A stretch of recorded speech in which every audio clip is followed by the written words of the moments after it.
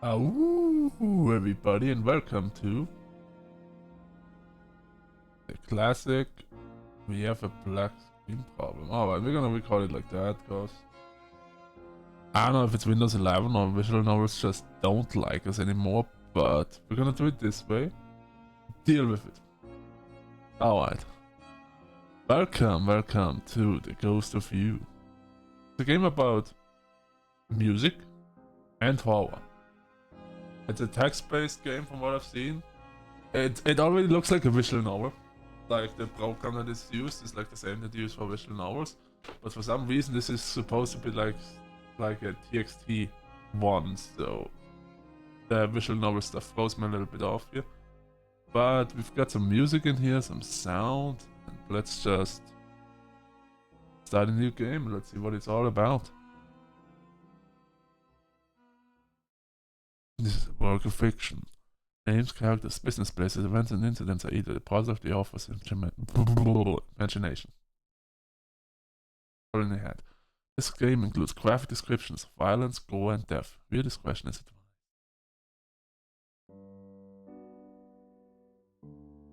Alright. Time for me to take over.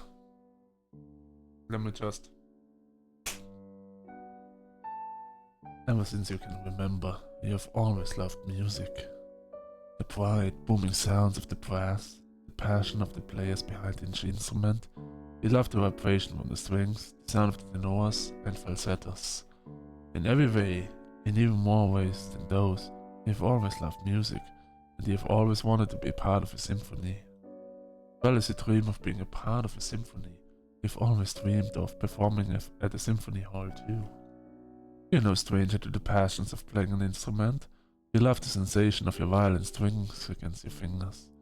It is something you relish, something you truly get lost in, and only in your nightmares do you experience the sheer terror, losing your hands or fingertips. You have lost count of the songs that pluck at your own heartstrings, learning at a young age to serve the ambition well.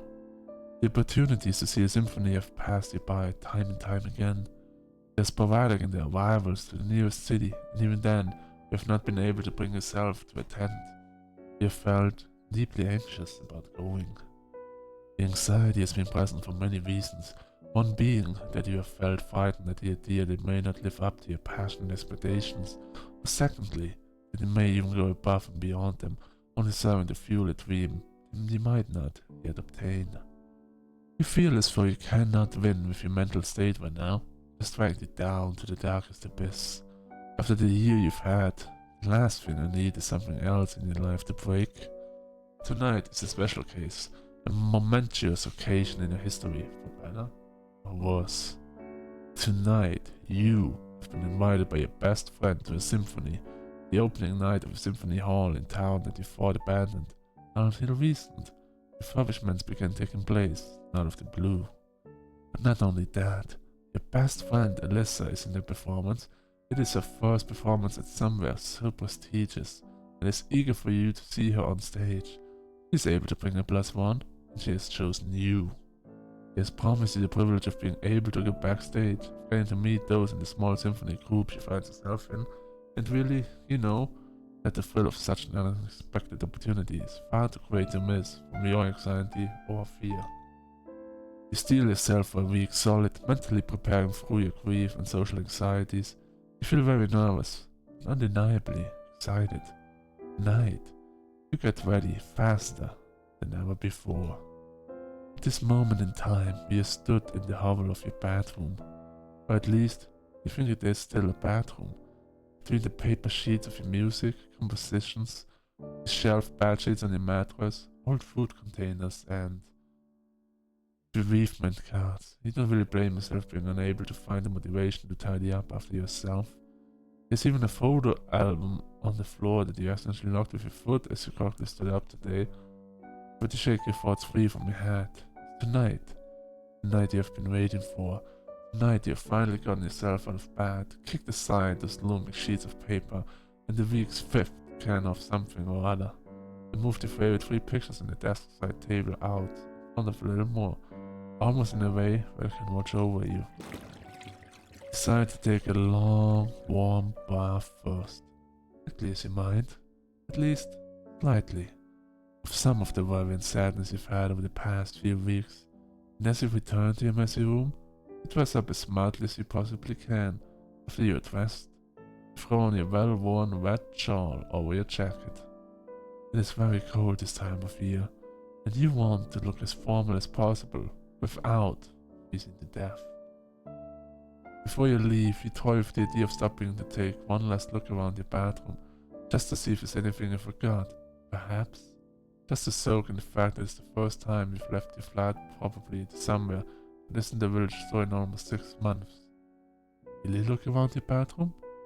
Or will you proceed straight to the symphony hall? I think we should go straight off. Normally I would like... They're giving us the hints that we might want to look around, but our character has a lot of anxiety. I don't know how our character will react if he just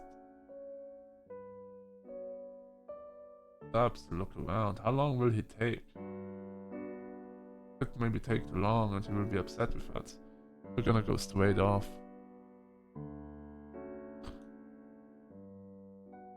Are you sure you're ready to depart? Symphony Hall is quite a walk away and time is ticking onward. You won't be able to return home to take a second look at anything. Alright, actually I want to take a look. Let's take a look at position the pictures on the table. Your violin. You decide to pick up your violin one more time and feel the grains of wood in your hand you love so much. You truly love to play the violin, but something that has baffled you is your lack of opportunity. You can't just work out when none of the orchestras or recording halls for television, shows, cartoons, other such things will not take you on. We recall how often you've impressed directors and sound technicians, conductors and players alike in auditions, and how often it makes you feel good to do so, and yet, they still will not accept you. You always get a rejection letter very quickly afterwards.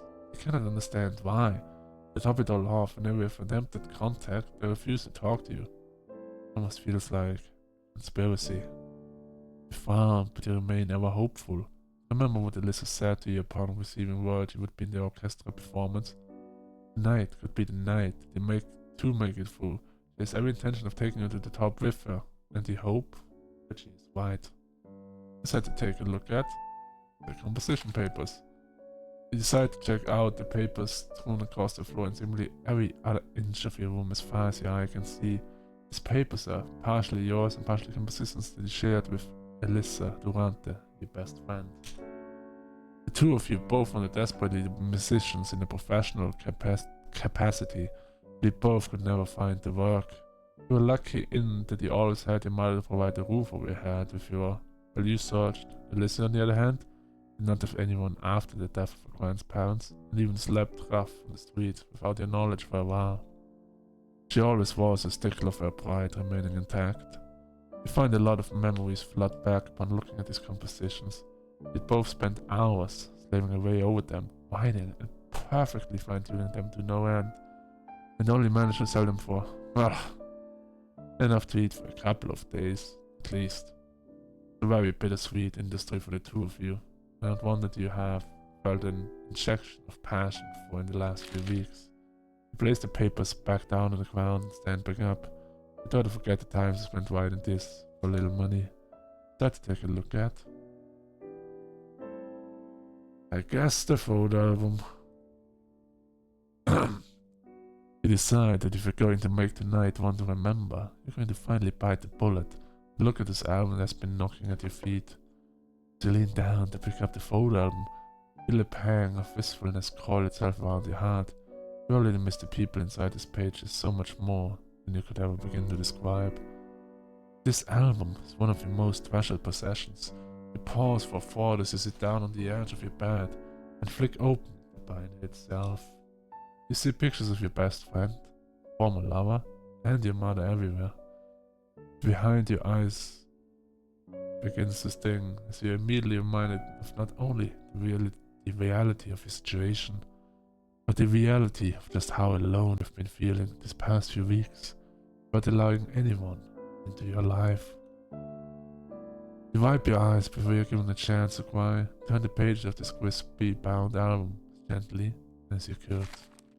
There are categories within this photo album. The chance to refresh your memory on many subjects if you feel so inclined. Which section of the album do you want to look through?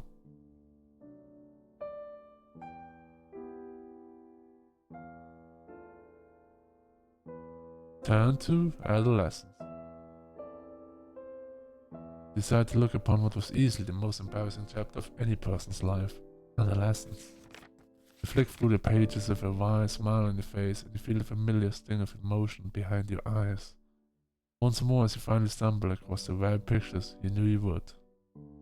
Photographs of Mona, with a high school uniform on and her arms around you kissing your cheek. Such an unshakable adoration that you almost couldn't bear to think too long about it.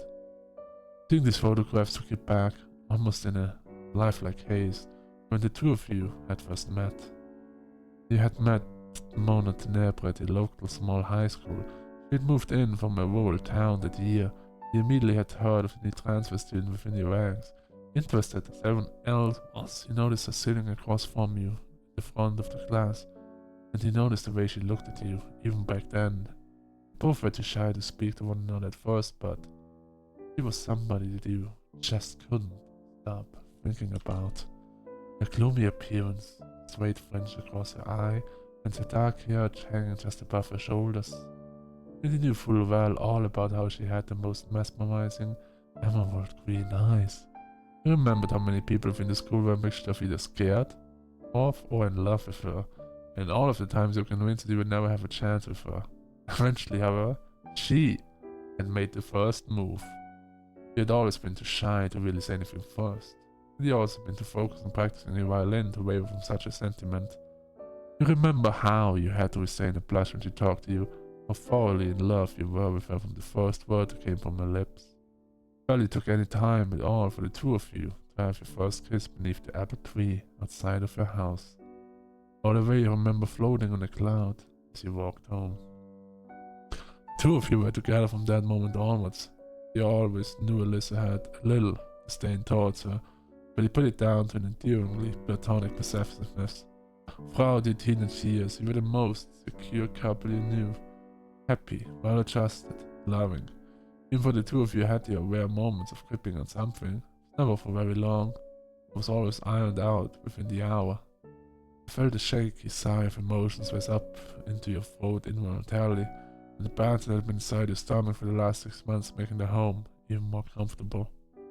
Skim over the other photographs in the latter sections, certificates for violin recitals, your graduation at school, pictures of you and Mona at her aunt's wedding dressed up in formal attire. A lot had happened in your teenage years, and a lot had happened for Mona too. Almost everything in this section has served as nothing more than a reminder that she's gone from your life. Shake your head furiously, determined to remove the sense of guilt from your stomach. Sigh of a night tone towards yourself. Which section of the album do you want to look through? Now I guess time to open up. You flick over to the section entitled as such, and you feel a melancholic smile tugging at the edges of your lips, once more at the memories this book holds. Your mother, as you realize almost afresh upon each flick through of this book, was an avid photographer. Suddenly you're talking too fast. Okay. Was an avid photographer. Someone who thoroughly loved sculpture. She was a woman who enjoyed capturing life in all of its moments that it had to offer. Within the new addition of a camera to your family, it was nice to be able to look back upon the past with a renewed sense of nostalgia. This section was something you had mildly protested to, claiming that you did not want many photographs to be taken of you now that you were older and out of schooling. But your mother had insisted and took their photographs anyway. You eventually learned that protesting against something that had become natural instinct to her eyes was futile, and grew to enjoy being subjected to the lens each time a birthday or momentous occasion came around. There were more recent photographs in this section that you had been able to bring yourself to look at. Photographs from the last couple of years where your mother was looking frailer and frailer, less like herself, less full of life. You hadn't realized it as quickly as Alyssa and Mona had. as you were around the house at least once every day. First day did not see her quite as much as you. There were several photographs here, pictures from your 20th, 21st and 2nd birthdays, pictures when you decided to go busking for the first time with Alyssa, and pictures of even when your mother was in the hospital. You hated that she wanted a picture of that. She claimed that it was good to normalize things, and to get to a sense of what life was like before she recovered from her illness. You began to start hiding the camera after that. Didn't want to remember your mother in that way. The last photograph in this section is of you on your 22nd birthday, set before a cake as though you were a child once more. Around you are the usual suspects in your life, your mother, Mona, Elisa, and the respective families, and even your old cat, Sasha. You feel happy looking upon this memory with fresh eyes. It's something nice to be able to take with you tonight to the hall. You finish looking over this section. Turn to childhood. You decide to do the most natural selection of any photo album of an adult, childhood section. I've looked at this part of the album many times over, only out of the sheer fascination and the lack of your memories of it. You did not have a particularly traumatic childhood that you could recall, and yet, you've always felt as though there were some gaps in your mind. You always put it down to growing up, however, and moved on. You can hardly believe that there was ever a time when you were smaller than your mother, or that she had a life before you. Some of the photographs within this section are always something that you find fascinating. There are 2 separate photographs of your mother with 2 different women that you do not recognize, and both look vastly different from each other. The first photo, your mother looks younger and happier, and in the second one, your mother looks a little older, somehow more morose. It's strange to remember any kind of contact with either of these women at all. You flick through the childhood section further still, came across the first pictures ever taken of you and Alyssa. Feel a warm smile creeping across your face as you look upon the pictures of the 2 of you, arms strung around each other, happy and laughing. And so full of vim and vigor, you can barely recognize the child in the photographs as yourself.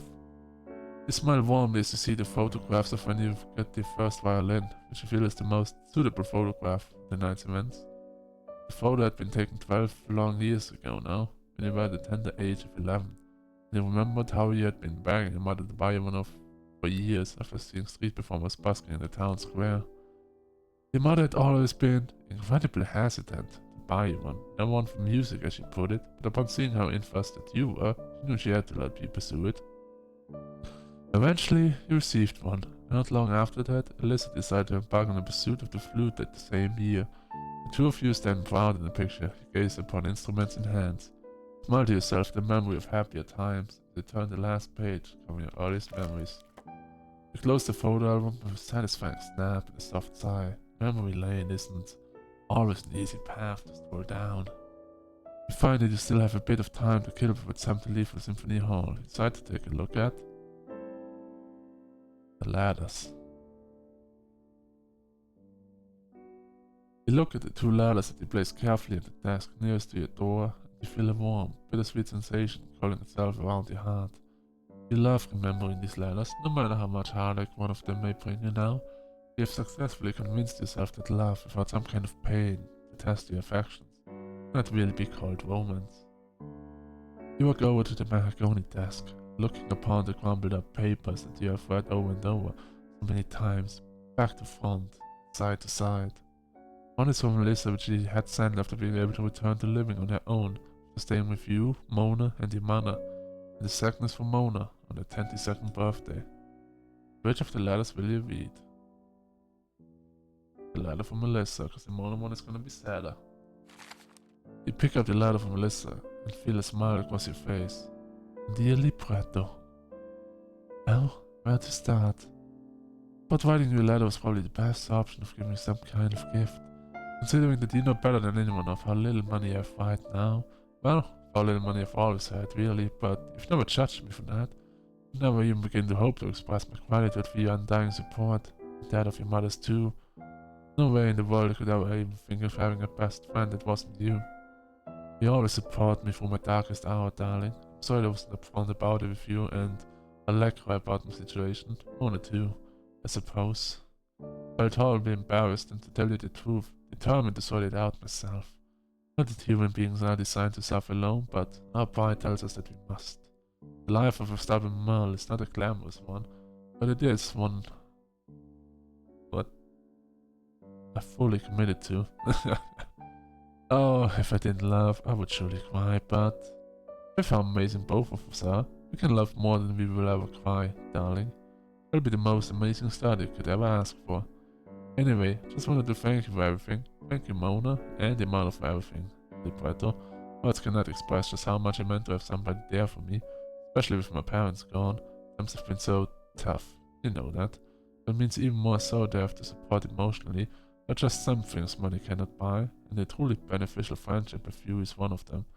You're welcome at my new place anytime, no matter what, but I'm sure you'll renew that too. Oh, darling, I think that's quite enough sappiness out of me. It was something that I absolutely had to tell you, no matter how it made me look. I simply had to put it into words. No amount of gratitude could ever express my own. Thank you for essentially saving my life. It was terrible on the streets at one point. I even had to sleep in the village park up the trees for fear of my own safety. Things are picking up now, though. I actually have my own place, but I've also met somebody too. He's as good to me as the stars are to the sky. Things are finally getting better for us both, Libretto, and things will continue to do so. That certain. See you soon, darling. Take care and remember to bring the wine over tonight. Mona could always do with a few drinks down for her, my liking. Lots of love, Alyssa. Alright, the letter from Mona. This is gonna be sad, isn't it? To my darling Libretto. Happy 22nd birthday, sweetheart. Ha! Never thought I'd write you a letter, did you? Feels so I'm back in school again with all these giddy crush-like feelings being put on a piece of paper.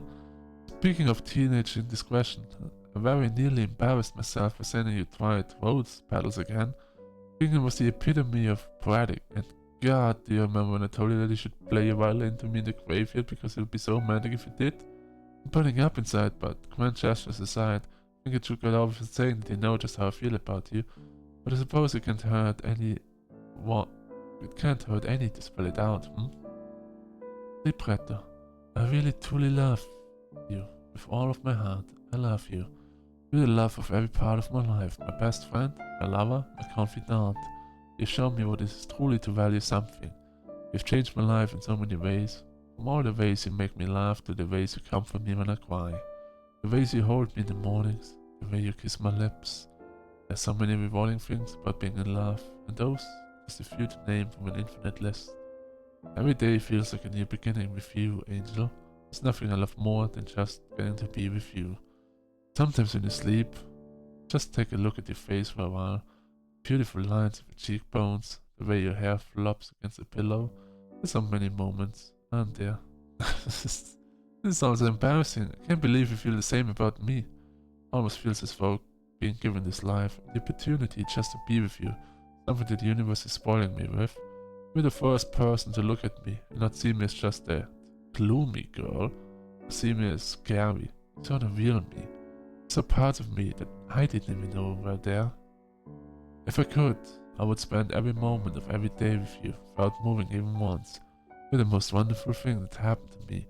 Thank you for everything. I'm so happy to be able to call myself all yours. And if you'll let me, we'll do forever. There's nobody else in the world for me but you, no matter what happens. I'll always be all yours, Libretto. And there's something that never, ever change. I love you so much, my darling, with all of my heart. Can't wait to see where the rest of our lives together takes us. Have a wonderful day, sweetheart. All of my love, Mona. Hold the letter back up with extra care and slip it into its envelope.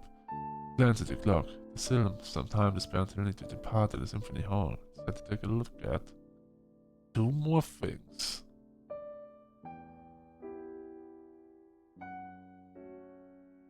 The bereavement cards.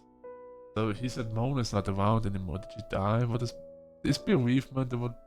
Is it what I think it is? You don't want to look at those. Not really.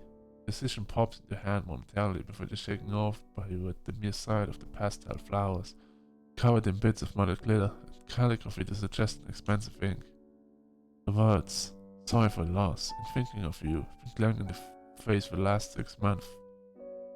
You feel sick at the thought of the amount of despair and self-inflicted loneliness that you faced over the last 20 or so weeks. You weren't sure he hadn't been counting since your mother's death. Turn away. Try to take a look at. Alright, so mother definitely did die, but what happened to Mona? Please don't tell me we pushed her away when our mother died. Pictures on the table. He decided to look at the photographs that they have placed in the table in small frames. Before you stand 3 small monochrome pictures in embossed silver frames. One is of you and Elisa Durante, stood with your arms mutually around each other's shoulders and smiling for the camera. One is of you and your now ex-girlfriend, Mona Tenebre. Alright, she's not dead, she's just our ex-girlfriend. What happened? Who has her arms around your neck, grinning playfully through a gloomy visage at the camera lens. The last picture is of you as a teenager and your mother when she was healthy. Which photo will you look at closer? Mona. You pick up the picture of you and Mona, despite the smile that comes across your face. Your heart is filled with a horrible sense of guilt and sadness. Mona Tenebre was the love of your life, your first love and your high school sweetheart. As strikingly beautiful as she is intelligent, he knew that you had gotten lucky to have her on your arm. Her gloomy expression often deceived other people into thinking that she was a sad or irritable person, but he knew her better than that. From the deep black of her hair to the shining emeralds of her eyes, you found her the most beautiful girl you had ever seen. She was kind, sweet, always loving towards you, and always doing her best to support you both. Your mother thought she was a great fit for you, as did Mona's aunt about you in return. Mona had been orphaned at a young age by the disappearance of her own mother, but luckily her aunt quickly took her under her wing. The approval of both sides of your family, coupled with the intense love affair you shared, it all seemed untouchable. But the fairy tale romance was not always to be. When your mother died, you found out the way to deal with grief, to shut yourself away from everyone in your life. Come on, no. It's not the right thing to do. We should have definitely stick around with her.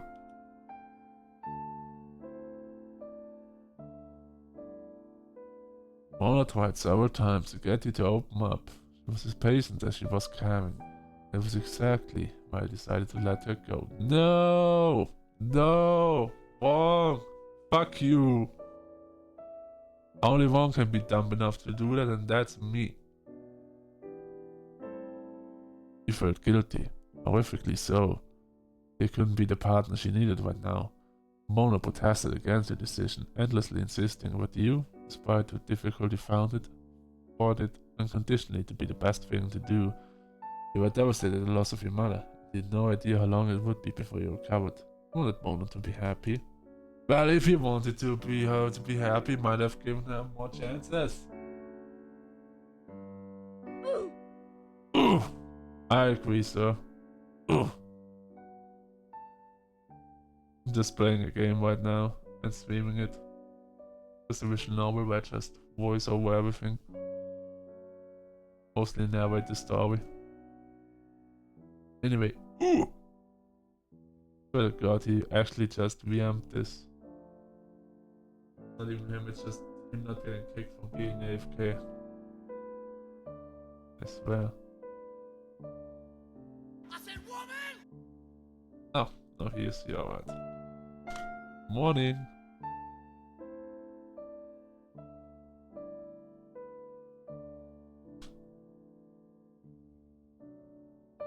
Alright, back to the game. In the end, she respected the decision, but you know, even now, that she still wanted to be there for you. You know that she still loves you, even if we haven't spoken in a little while. But is it time to be with her again? Only time will tell your choice on the matter. Besides, with bittersweet nostalgia lingering over her mind, which photo will you look at closer? Well, I will take the first chance to roam with our ex-girlfriend, that's sure. Even though I feel like the game might show us towards our best friend. We will see. Alright, your mother, Allegra Panzato. Your eyes flicker to the picture of a teenage self grinning at the side of your mother, and your hand hesitantly picks up the picture. You feel the sudden and horrible welling of emotion behind your eyes and crawling up the throat into a lump. You try not to cry, but you know that it just doesn't work. Seeing her face again reminds you of the endless loss and the hole in your heart that remains since she passed away. It has been about 6 months since then. In fact, her birthday just passed 2 months ago on the 9th of September. You know that she was at no age to die, but her illness deteriorated her body so much that it was unavoidable. She was lucky to have lived for that long. As you stand with the picture in hand, you feel as though it have both been a lifetime and no time at all since her funeral. You miss her so much. You miss her all the time, especially inside this flat. You have not had the confidence or the strength to really leave it. Leaving the flat for too long almost feels like leaving her behind in the sea of your grief. And you wish with all your might they could bring her back. But you know it is not to be. You were there at the hospital the day she passed. And you remember, sobbing in Mona's arms for hours, and you still let her go, you idiot! You grumbled in despair at seeing her pass away. Even now, still cannot really believe that she's gone, even if you were expecting it for months.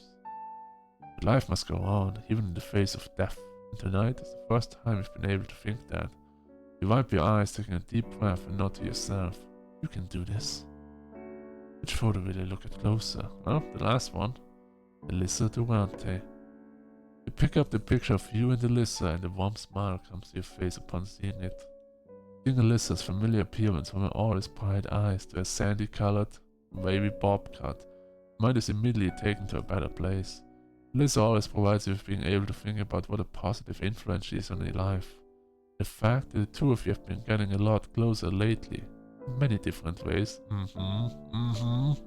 I knew it, game. I know exactly where you're trying to push me.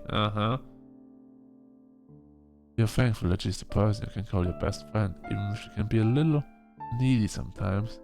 But you know that Alyssa is the kind of person that always tries her best, no matter the circumstances. Think back to the more recent times you have spent with Alyssa, which have been few and far between. Recall feeling happy for her when she found love in her now ex-girlfriend Robin, as well as being incredibly angry with her for leaving Alyssa with next to no closure on why. You had now met her, nor did you want to. Even in school, Alyssa had always been as charming as she is beautiful, and you have felt a little intimidated by this throughout the time you have known her.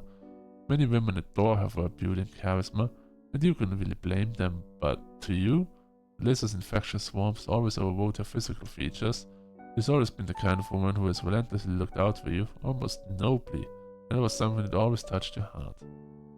Smile to yourself, one of the memories you have with your best friend, and place the picture down on the table gently. It's the last of photos down, giving all three of them one last once over as you step away from them. There's still time before you plan to leave. You decide to take a look at nothing. We literally looked at everything. Game. Actually, let's get going. Spent too much time in this place lately anyway. The feeling is though you have probably checked the room over for anything you might need for the night. Give yourself the once over in the mirror. Packing every rogue strand of hair back into place. Wrap what you would call your signature red shawl, tight and neat against your shoulders. And make a vested effort to look as wonderful as you possibly can. You grab your bag at the side of the door instinctively, or you don't really remember what is in here. You don't care to check either. Your eyes meet with your own violin before you leave. You smile as you close your door. So you imagine that perhaps one day you too could be in that symphonic chorus. Tonight could well be the night of the beginning of your dreams. No wonder you were terrified. Who knew what you were going to meet after all? And finished scene 1. Oh yeah, let's go outside.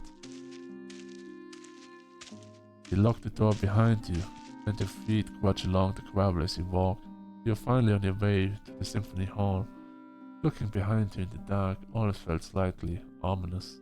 You could never figure out why. In this sleepy village, nothing dangerous had ever happened to your knowledge. But perhaps the most frightening thing of all is not the incidents themselves, but the mere potential for something dreadful to happen in the hands of another, the idea that there might just be monsters lurking in the dark. The grisly horrors of the human world, perspective for predatory behavior being a very real reality. You shiver as you walk and push the sensation of danger to the back of your mind, despite that you cannot see it far out ahead of you.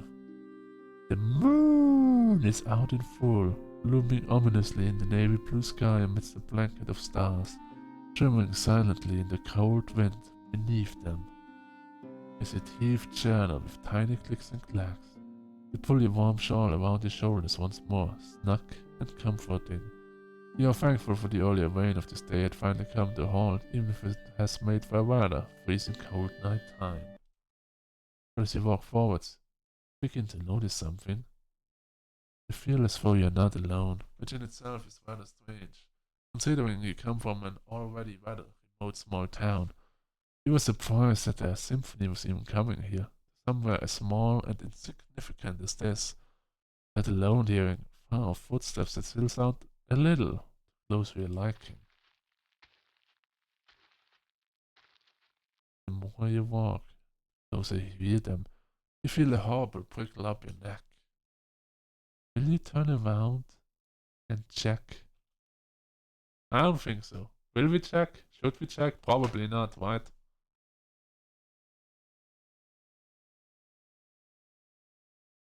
Nah. And faced by the sounds, you dismiss the ominous feeling that you're being watched, even if the shiver up your spine persists. Feel a breath puff out ahead of you as you walk through the icy breeze, and your ears are met with the deafening sound of silence. It's only interrupted by the crunch of your footsteps. The sharp scent of pine trees wafts against your nose like pin pricks. Your lips thrive in the cold night's mist. Something about the atmosphere around you already makes it feel like a night to remember. Your ears prickle up to the sound of those footsteps again. No matter how you try to push it back, your blood runs cold as you realize that the horrible sensation is lingering over you. Creep slowly up your back to the point you almost want to scream. Find yourself moving along the frosty path by allowing your walk to break into a sprint. Feeling as though shadow-like fingers are resting gently and uninvited on your shoulder. Continue to run faster, and after what feels like a lifetime of braving the cold and the fights, another light begins to rise on the horizon. You recognize this as the doorway to the symphony hall, and breathe a relieved sigh. Feel the familiar relief that the light always brings, that will save you from the unwelcome darkness. And as you approach, you begin to hear faint mumbles of conversation. Symphony Hall has a long and illustrious history of being mostly unused, to your knowledge. It was used periodically by your music teacher when they were young, as well as the other members of your town whenever they wanted to learn. But that was many, many years ago. That was over 40 years ago. And as far as you know, there hasn't been any performances here in a long time. Always felt like a little sad upon remembering such a thing. But not tonight. Your eyes meet with the silhouette standing in the light. Their shrill laughter accompanied by chattering voices, the clink of wine glasses against one another. Your stomach churns at the thought of interacting with so many new people. Quickly as you become lost in your thoughts, you are wrenched away as your boots come to an abrupt halt against the pebbles beneath you. You have reached the doorway. You have arrived at the Symphony Hall. You walk as though your hair is a mess. The appearance is disheveled from all the walking and running it took to get here. But even as you stand, you begin to observe your surroundings. Feel the warmth of the room melting in your cheeks, pouring you from the inside out, and your stomach's churning begins to unreal into a calm, welcome sensation. You take one last look around from behind you. A monster to be seen? You laugh to yourself privately. There's no such thing as monsters. Or is there? Right? Do you believe in monsters? In monsters? Yes. I'm one, and I know humans are monsters, I'm gonna go with yes. Despite the laughter you hold to your private audience of yourself, you feel your jaw locking up from the nerves. You were always afraid of meeting monsters in the dark, something in your mind always told you that it existed. It was a feeling you could never shake off. Feel an unwanted shiver crawl up your spine. Shake it off immediately. You try to forget your walk to the Symphony Hall as quickly as possible. You shakily give the cloakroom a hand to your back and move along with haste. Turning around, your eyes meet with several mahogany-arched doorways behind crowds of people, and you find it much easier than anticipated to weave in and out of the masses. The breath is taken away by the luxurious appearance of the lobby before you. Is this really the place that Alyssa was so cordially invited to? You also can't help but wonder why you weren't also invited, given that the two of you often did busking and commission works together. I felt almost ashamed every time you thought about it for too long. Feelings of inferiority aside, you are bowled over by the lavishness of the lobby. You see many rich, expensive tapestries, woven with the quality, godly, wealthy colors used around the room. And the place oozes money. You raise an eyebrow at seeing that even the plastic plants dotted around the room appear to be rare. You barely even know where to start. Upon looking around the lobby itself, you notice that there are 3 doorways, one of which is guarded by an attendant standing nervously with her pigtailed hair resting gently on her shoulders and adjusting her glasses every few seconds. Another door which is says to be the bathrooms, and the third door which you can clearly see from the way 2 women just staggered out in formal dress wear launching onto their shoulders. It's almost certainly the bar. You also note that there are large, navy blue double doors that you deduce immediately to be the gateway to the stage area. You cannot enter there just yet. For the time being, indulge in the idea of exploring the hall in all of its expensive glory, as you feel as though you need to clear your head before Alyssa finds you tonight. You now have the opportunity to look around for a while. I will check first the bar, the bathrooms, or the cloakroom. The cloakroom. This is the first room we have been inside yet. It has no windows to its name. There are lavish coats all colors and designs as far as the eye can see. Chestnut hat stands are placed in the corners at the front of the room. They are adorned with all manner of headgear from finely made top hats to the scruffiest of flat caps. The light is bright above your head. The sound of muffled conversation obscured by the cloakroom door reaches your ears. The entire place is made of smooth, dark wood. A strong smell of polish floating underneath your nose. Smell the comforting scent of a freshly laid carpet. Gentle blue pattern rests beneath your boots, soothing your eyes. This room smells like a new paint and lavender. I cannot help but think that this room feels safe. It is somewhat reluctant to leave. Eventually, after soaking the atmosphere a little more, you see where the attendant has placed you back in the locker. You decide to leave. Merrily look now. The bathrooms. Because sure, let's lurk in bathrooms. As you manage to weave your way in and out the other smartly dressed patrons, your eyes glance over shimmers of expensive gold necklaces, vibrant rubies, and tailor-made suits. Carefully eschew yourself from bumping anybody's side, and make your way to the bathroom to check your appearance and freshen up a little. You open the doorway, and your eyes are immediately surprised by the decadence of what was supposed to be a simple bathroom. The walls are covered in wallpaper of vivid green forestry. The sinks are made with the most exquisite-looking blue porcelain, accompanied by 4 gold tar. A red velvet rug beneath your feet, a silver chandelier hanging over your head, and some rather unglamorous grey cubicles next to you by comparison. Only one cubicle is occupied, a woman having an intense conversation with herself, full of pep and vigor and self-appreciation. As such, she decided not to interrupt with too loud of a noise. You can do it, you can do it, don't think about anything else. You hear the mumbling and leaning against the freshly cleaned sinks, peering into the mirror and check your appearance. You splash a little warm water on your face, unable to shake the feeling the voice in the bathroom. It all sounds incredibly familiar. I wonder why. Maybe it could be our best friend Alyssa. Hello? As you turn to leave the toilet inside the occupied cubicle flushes and intensively turn to face him as they exit. The door opens and the two of you look at each other with startled, wide eyes. Oh! The two of you stop dead in your tracks. You feel frozen to the spot. The voice was not only familiar, but somehow a body that you knew better than anybody in the world. The woman before you cannot bring herself to speak first, but even though there's a tension, you can tell it is not hostile. The ice needs to be broken before things takes a turn for the further awkward, and he must be the one to do so. Libretto, she gasps, emerald eyes shining at you in a stunned, breathless moment. Emerald eyes? That's not Alyssa, that's Mona, our ex-girlfriend. What will you say? Mona. Mona flinches at your words. You feel a knife of guilt twisting your chest. The two of you stand frozen in the spot, meters apart from one another.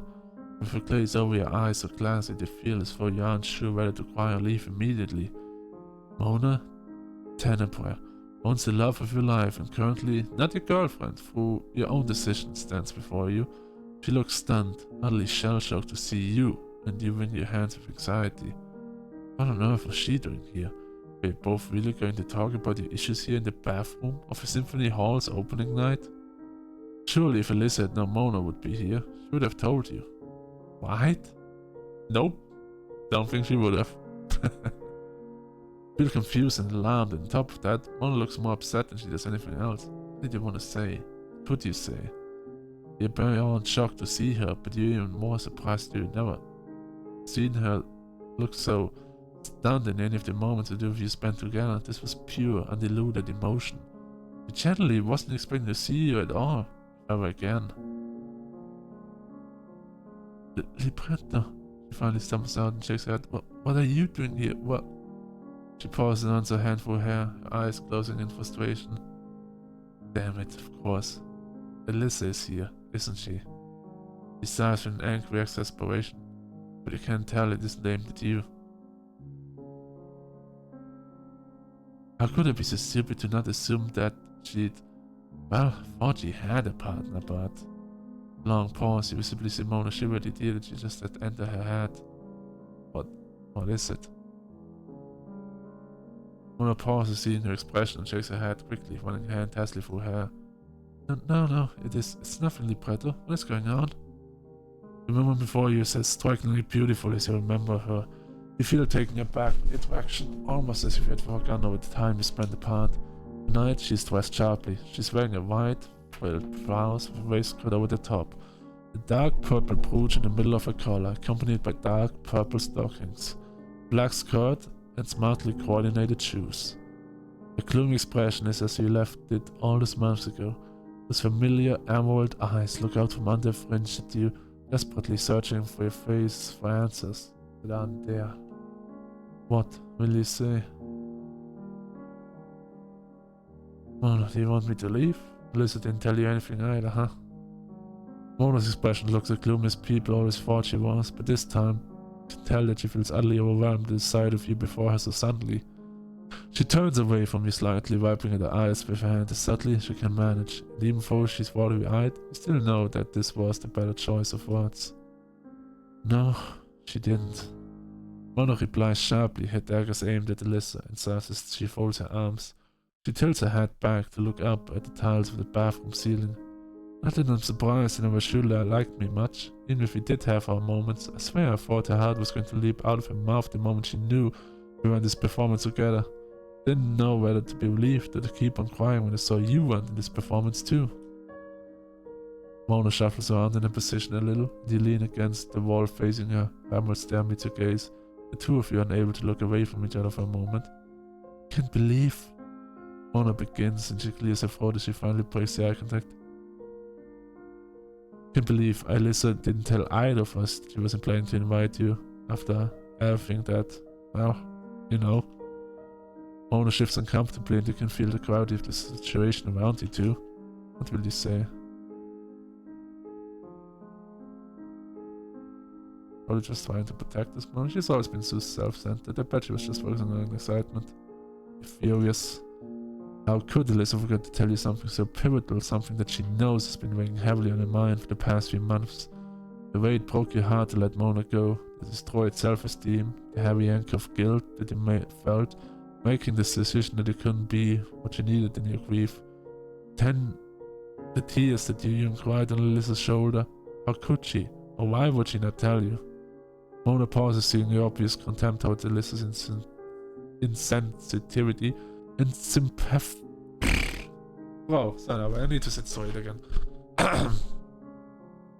Mona pauses, seeing the obvious contempt towards Alyssa's insensitivity and sympathetically folds her arms. Whew, what a sentence. Shouldn't be too hard, but somehow still hard enough. Libretto. Her expression softens fully, and you can tell she doesn't think any worse of you. Even just from the stance, slightly yielded. That if we began to see through what she's really like for once. All that woman cares about is herself and how bad things benefit her. I know you know her in a different way to me, but not a complete stranger to her ways either, you know? She's had too many women falling over her through the years besides the one she really wants. Both pause for a moment, Mona sighs. I know it's been difficult, libretto, for us both.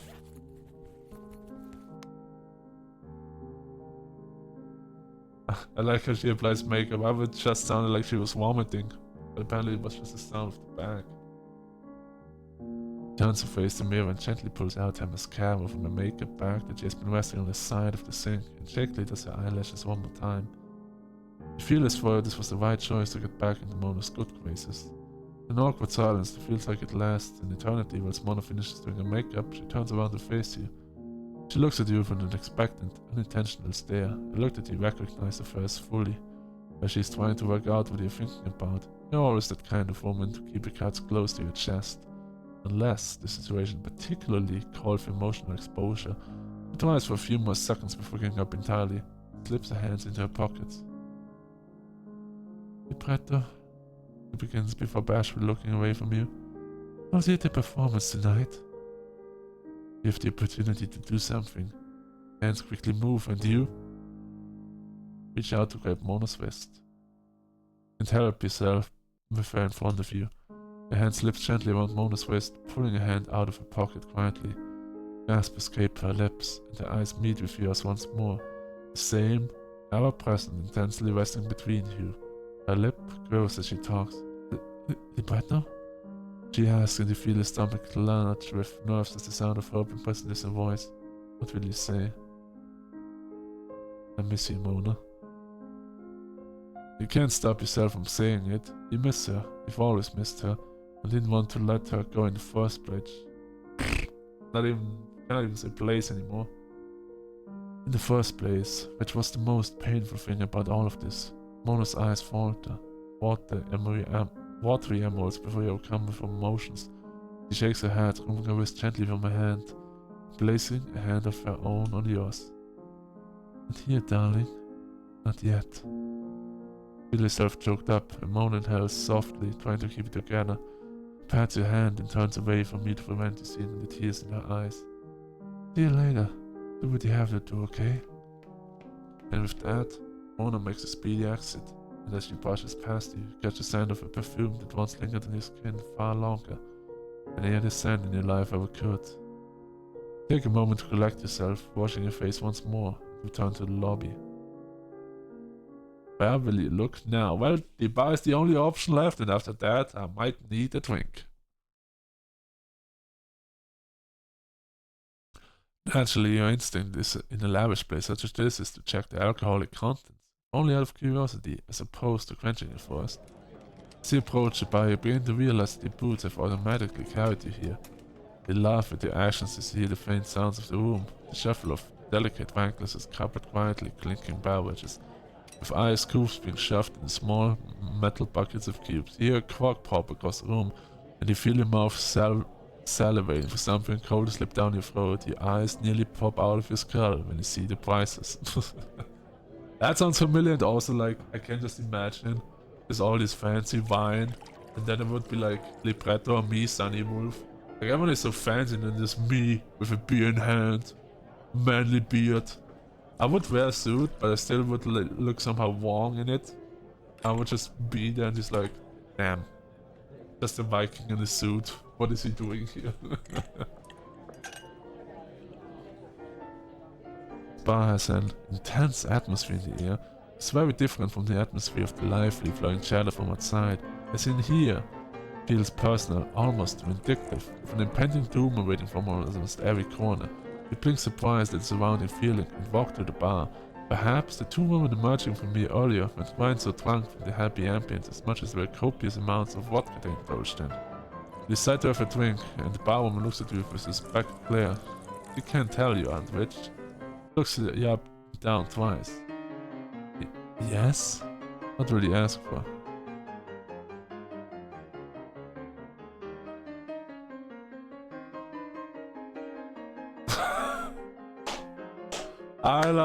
The last option is so funny. I will not do it, but it's so funny. I'll have a water with ice. Nah. A nice tea with a squeeze of lemon, please. Sounds probably like the most fast. Give me a whiskey on the rocks. Nope. Or may I buy you a drink instead, madam? You seem like you could do with some loosening up. Like, come on. Come on. No. It's funny, though. Alright, nice tea with a squeeze of lemon, please. You ask for nice tea with a squeeze of lemon and pointedly place your money on the counter. She looks at you in surprise, and you can almost see how foolish she feels for assuming you would not be able to afford a drink. As you wish, madam. Choose not to inform her that this was all the money you bought with you for tonight. As you wait for your order, you turn around, lean back on the smooth wood of the sparse countertops, and observe your surrounding company in this unusual room. The chandelier that hangs from the ceiling is beautiful. It's incredibly old-fashioned, with what looks like candles standing upright, perfectly spaced between one another and dotting along its imposingly black metal frame. Black metal! It makes you wonder just how old this building really is. The walls of the bar are dimly lit, burning the midnight oil before the clock strikes 9, and moths dance around the flames of glass encasements in an almost mesmerizing motion. That's not a good thing. The walls are covered in a mixture of both a light and dark forest green print, heralding an old Victorian pattern bordered by chestnut-colored wood against its lower half. For this person loves chestnut wood. Especially wood. Whoever wrote this is a wood lover. Like, I've never heard wood described that often, especially I've never heard chestnut-colored wood so often than in this game. Like, what? They love the wood. Against its lower half, there are dark green leather-clad booths, cushioned seats bordered by more of the same chestnut wood, smooth and polished as each other, and each booth seats accompanied by small tables in the center of them, candles and 4 flowers residing in the middle. Each one of these booths amidst the atmospheric bar holds someone even shiftier looking than the last. There are many unimpressed, suspicious-looking women swirling the drinks around in the tumblers, the ice cubes cling together in their glasses. Old playing cards lay strewn across a few tables, as well as jewelry, cash, and even though you didn't look too hard, you think there might be blood. You wouldn't be surprised if someone's nose got punched in this room. You begin to wonder if there are the kinds of people you're afraid of you finding in the dark a long and unlit road's path. But amidst all of this, and coincidentally, as you receive your drink from the disgruntled barwoman, you see 2 women sat at the back. You can't help but immediately drawn to them in the midst of this place. The first one you notice, the woman sat on the left. She's a woman with fire red hair. Yes! Let's go! That's the woman hairstyle I love. Fire red hair, let's go! Swept in the ponytail that rests over her shoulder, and the woman on the right sits with long brunette waves from her own hair, perfectly complementing her dark skin. The redhead looks just as fearsome and permanently unimpressed as the rest of her clientele in this building, but the brunette looks gentle and serene, and above all else, I think they look happy and laugh, and from the body language, very private. The redhead is as handsome as her partner is beautiful, and the 2 of them together make a very aesthetically pleasing match to your eyes. Beauty and brawn, iced fire, was the impression you immediately drew from them. You can almost see the atmosphere of history and chemistry mingling between them, but the serene, kind-looking woman has been an obvious, undeniable good influence on the other. The fingers join with one another as you watch from afar, coiling around each other's hands like the gentlest of serpents or the strongest of thread. It is made apparent that they are not interested in looking away from each other. Amidst the shiftiness of the other patrons chatting in hushed, respect tones with one another, you smile. You also notice that they are dressed ever slightly different from the others in here, and wonder if that perhaps something significant. The tie looks more formal and somehow more prepared for a stage presence. You begin to suspect that they are part of a symphonic quartet from later. There was one final element about the 2 women you couldn't help but notice, and that was what they seemed familiar. You can place how or why, but something about them felt incredibly familiar to you. You swirl your drink in your glass in an indecisive manner, but eventually you decide to go and strike up conversation with the 2 of them. What could go wrong? Oh hey, it's me, you look so familiar, I know you're all lovey-dovey, but hey, what could go wrong? Hey, it's me, Sunny Wolf. I know you wanna have some alone time, but hey, it's me. Yep, I think that's how it's gonna happen.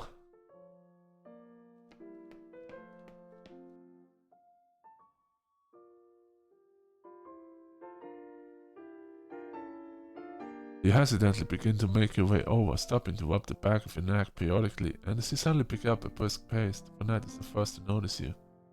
She looks up at you with a curious look in her eyes, almost questioning who you are, wordlessly, and why you were wandering over there in the first place. You also cannot quite believe that you're working up the courage to interrupt a date that is obviously as intense as this, and the redhead maintains an already less than impressed demeanor at your arrival.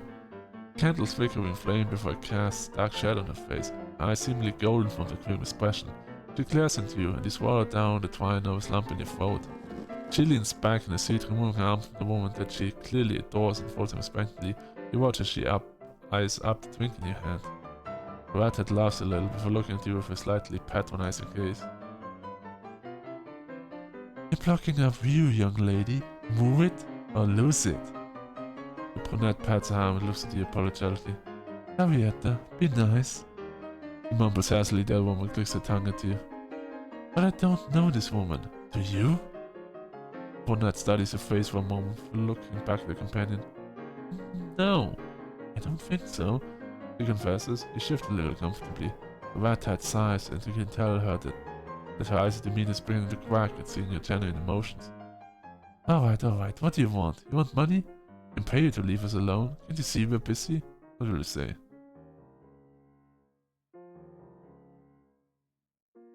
You said you paid me how much. Felt this far and met you to some amazing names. Said that honestly the best policy, especially in a place like this. What could it hurt to tell the truth anyway? You can clearly hear that the offer of monetary payment to leave them is sarcastic, and you would hate to be strung up by your fingers for saying anything wrong in the first place, especially to a couple who looked very much like the cacophony of secrets. You both exchange a look of silent surprise at each other for a moment at the response. You're puzzled, but pleasantly surprised that the redhead hasn't jumped up from her seat to whack you in the face. Met us somewhere before? Brunette asks inquisitively, and she nears the end of her sentence. Her tone becomes lower. The two exchange a swift look. Oh, very much doubt that. Maybe we went to a bar where we playing one night, for we've never really been to this area before. The redhead looks at her partner and squeezes her shoulder reassuringly. Don't give her ideas, sweetheart. Ideas mean excuses. Feel the pointed tip of this woman's barber dagger aimed at your throat as if to say, if you take advantage of us, I'll kill you. It's rare for someone to come up and say this to us, Arietta. What if she really has seen us somewhere before? Not impossible for someone to come up and say this, though. But we're hardly approachable. I have no idea what you mean, the pressed redhead replies as she leans back, sparking up a cigarette, and exhales the smoke in a draconian fashion. I'm the epitome of approachable. I love those two already. God damn, I disturbed the dates, but I love those two already. The woman next to her laughs and pats her shoulder, and the redhead smirks with the satisfaction of making her girlfriend smile, a little awkwardly before the exchange. Brunette is the first to speak to you once more. You really feel as though you've met us somewhere before, she asks inquisitively.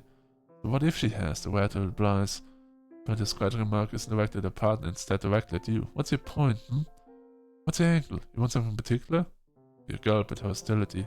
It's getting on thin ice. What will you say?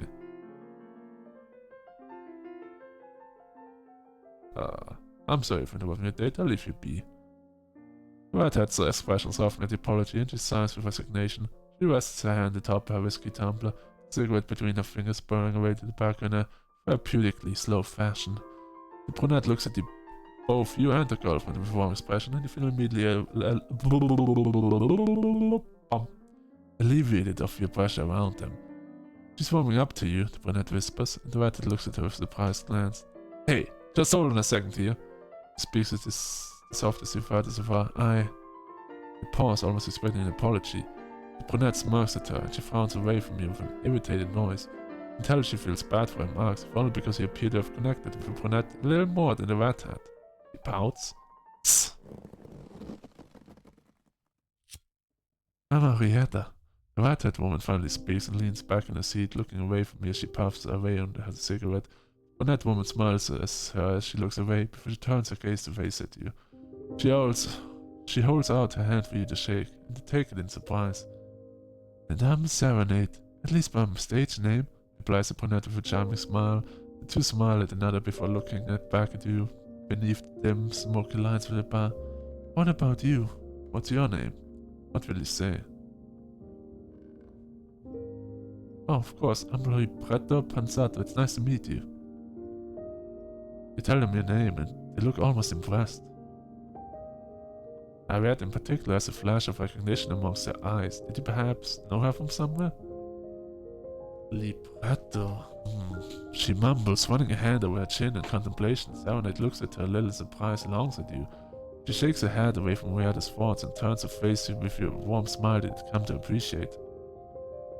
My, sound like you were destined to be at the symphony hall, weren't you? Serenade laughs affectionately and takes a sip of a drink. Well, it's nice to meet you, Libretto. Say about this one's brashness before. She's not used to having strangers approach us so casually, or for such reasoning as yours. Ariette is poked by Serenade, who looks at the glass pans together on the table, fiddling with one of the many silver rings she has on several fingers. I guess it's alright to meet you, she touchingly says. You haven't done anything stupid yet, I suppose. Oh, come on, Ari, be nice already, Serenade shouts.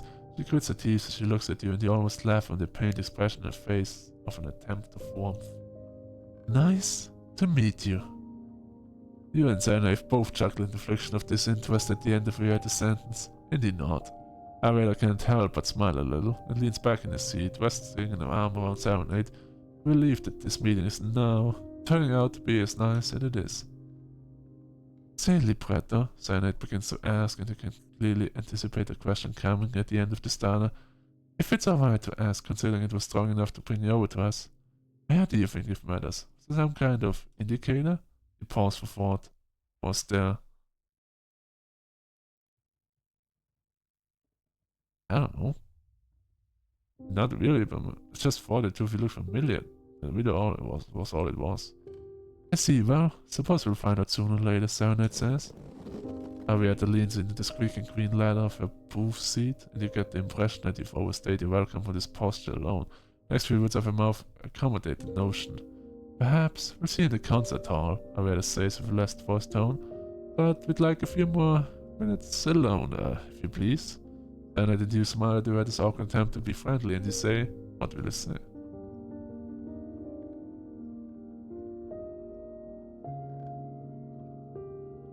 Oh, alright, only because you've been so friendly towards me, Arietta. Serenade giggles at Arietta, smirks at you, and you smirk back in turn towards her. She shakes her head and exhales her smoke, waving a hand dismissively at you. Yeah, get out of here already. Well, that's how long it lasted. See you later, Libretto. Serenade pipes up and you bid them farewell as you turn to walk away.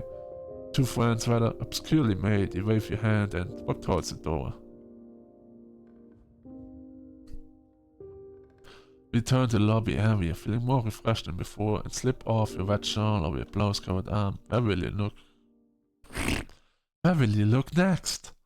Sunny, you cannot talk anymore, but you still need to at least finish this scene. Let's go to the lobby now. Alright. Prepare a beer?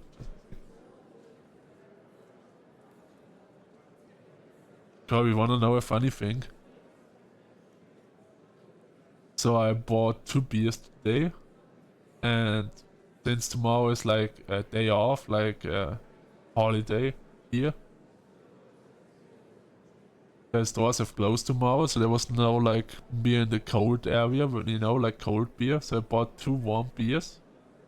The first one I drank, and the second one that I had at home, not even in the fridge, is colder than the one that I had there. Like apparently by me home it's colder than in the store.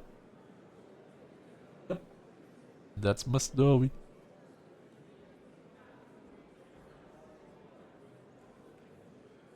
Alright. Back to the game.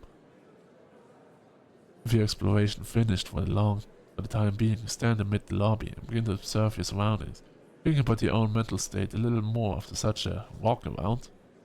You clear your throat quietly and fold your arms over one another as you wait for Alyssa to show her face.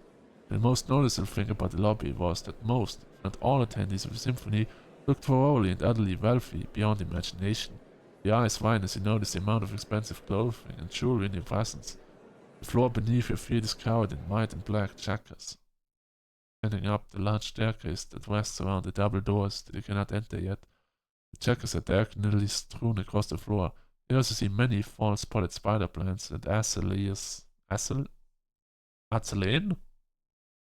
How do you say it in English? Aceles? Probably. Propped against the walls in large overhanging plant pots. There are leather benches placed around the lobby, made of the same mahogany and walnut grain that the door frames are, and your eyes are dragged back up to the look of the gleam and the diamond chandelier once more. Again with the wood. Mahogany and wood. Okay. The person who wrote this is definitely obsessed with wood and knows their wood. Like, come on. I think I've played visual novels, I've read a lot of books. They might have, don't think I've read a lot where wood is getting described so intensely than in this game right now.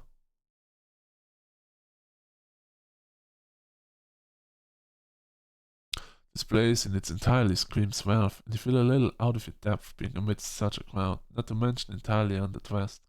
Whoever renovated this place had a lot of money to burn. Suddenly, a familiar happy voice wraps itself around you.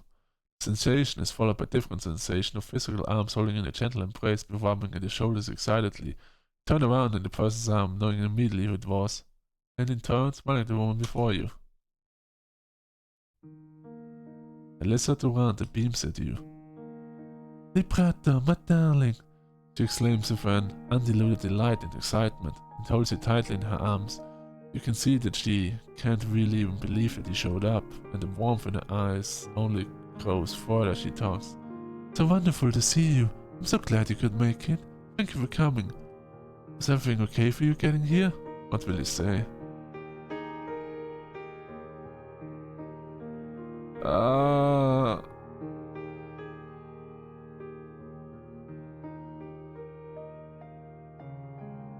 You didn't tell me about Mona. If you could tell me something like that. No. Everything was fine, Liz. I'm doing alright. Not really, but honestly, just here to see you. She smiles at you sympathetically and pinches your cheek softly. Hey, come on now. You made the trip out, and bravely so. We're here, aren't we? Safe and sound. Tonight all we have to do is sit back and relax. I'll be the one playing, eh? And you'll be the one watching this time. Not like it used to be in school, eh? He chuckles and plays, pokes your shoulder. He was right. You're always the one chosen to do some musical demonstration, school assemblies and performances. She grins at you with pride before you notice a more serious demeanor take over expression. She grabs your hands with a gentleness that you are somewhat familiar with from her, and she looks down at them with a shy smile. I know it wasn't easy for you to come out tonight, Libretto. Just hope I can make you proud of me for all that effort you made. After all that has happened in the hall so far, you begin to relax a little. Feeling your cheeks warm up from the surrounding lobby, the realization that you're here at the symphony hits you in the full for the first time. Lisa smiles at you, clasping her hands excitedly. Well, Libretto, shall I introduce you to the other members of my symphony group? This whole thing was put together rather fast, but I certainly won't be complaining about the extra cash and opportunity. What will you say? Sure!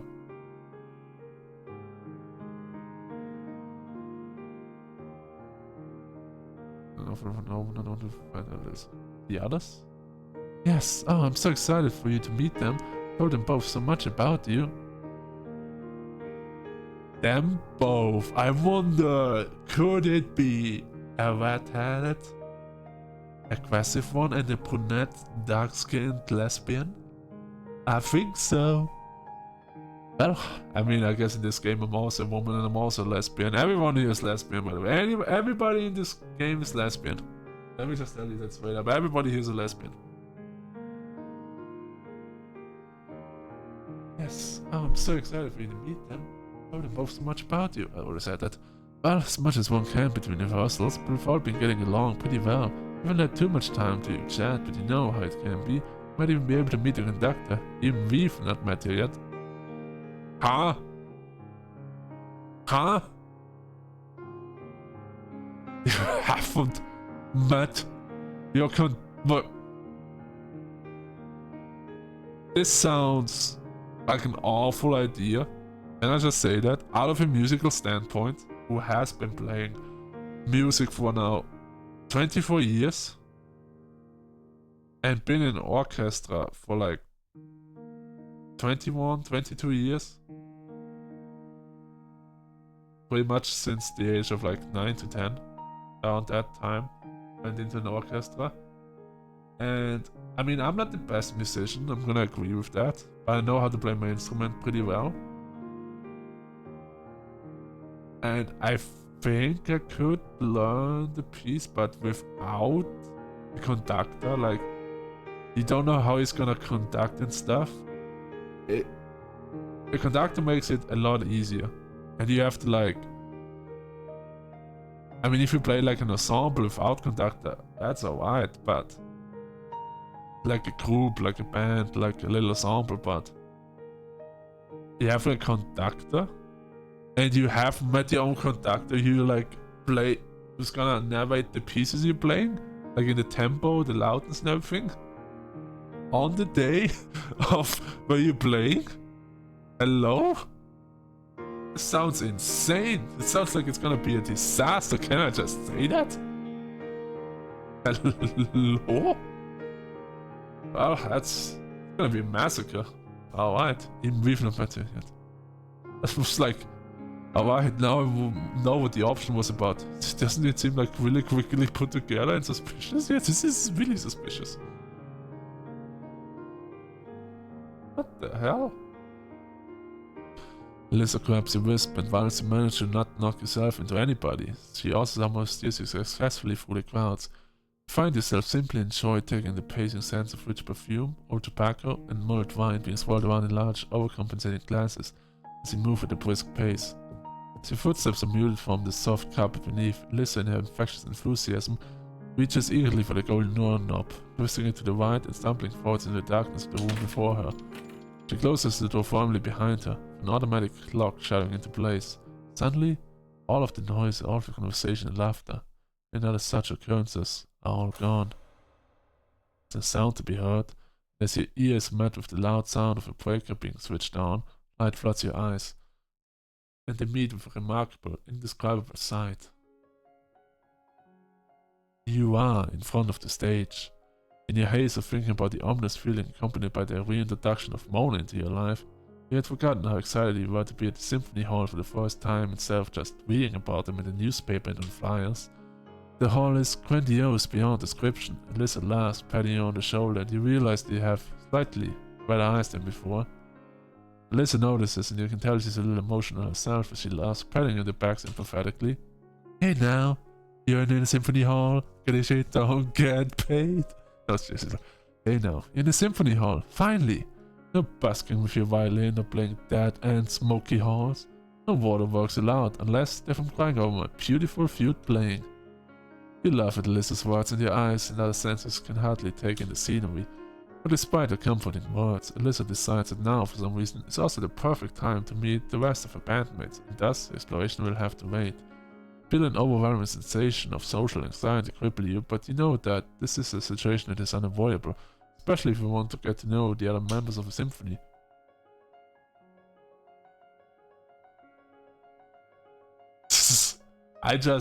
I know it's probably, she had two others, like both.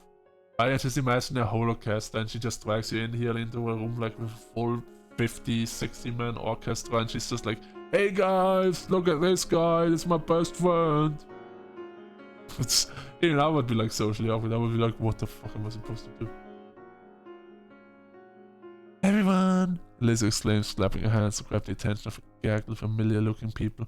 Everyone listen to me for a moment, if you please. He pauses and opens my arms towards you. Everyone directs their eyes to you. You feel pleasantly surprised at the sight the closer you get. This is Libretto Pensato. Alyssa begins with a proud, bright, booming voice, only to finish as quickly she started. I wanted you to all meet my best friend. Hello, Libretto. Mona speaks gloomily without bringing herself to look at you. Alyssa shuffles awkwardly a little and you fold your arms. Yeah.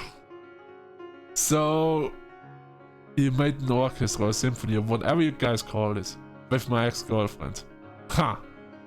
My best friend with my ex-girlfriend.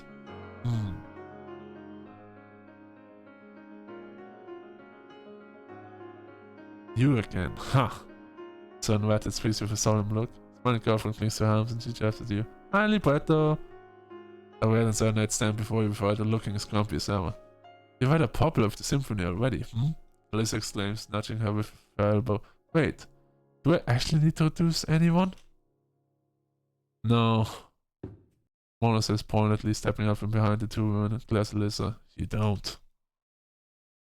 A red and Serenade exchange a confused look as Alyssa clears her throat. Well, moving swiftly on then. As you stand with the crew, begin to get their bearings back. The ability to talk with few of them. The eyes scan the surroundings of the symphony hall after the introduction and takes your breath away. The seats are soft, made of a thick, blush red velvet, accompanied by golden arms alongside each seat. A large looming upper circle overshadows the back end of the stalls, and rows that escalate upwards in width to accommodate everyone's view. The symphony hall itself is illuminated by large golden chandeliers, glistening with its impressive size and stature, twinkling above the stage walnut-colored floorboards. There are box-shaped microphones stationed around the stage for ease of listening to the loud instruments of the group, as well as being accompanied by a podium for the conductor to work the magic.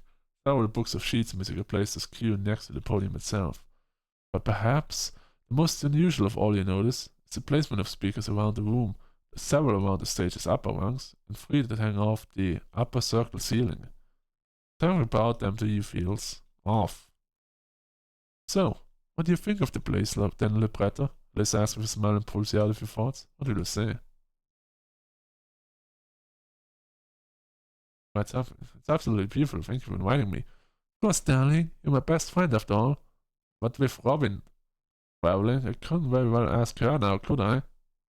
She raises suspicious eyebrows. Alyssa laughs nervously, rubbing the back of her neck with a grim look across her face. What will I say? Whatever you say, Alyssa. Alyssa trails off with her faraway look in her eyes. So she's lying to people that she's single? Interesting, but we're gonna play along with it for now.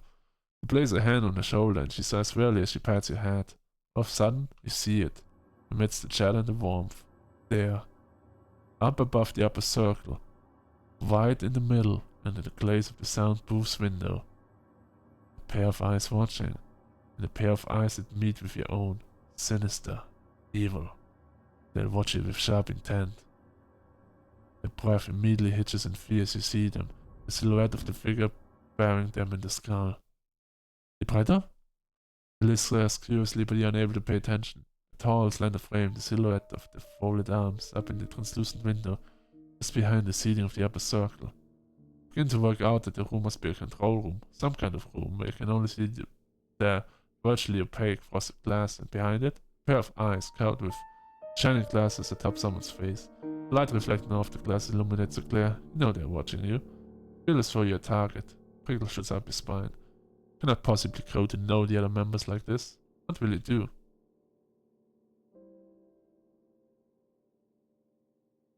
Right for now and talk to the members of the group.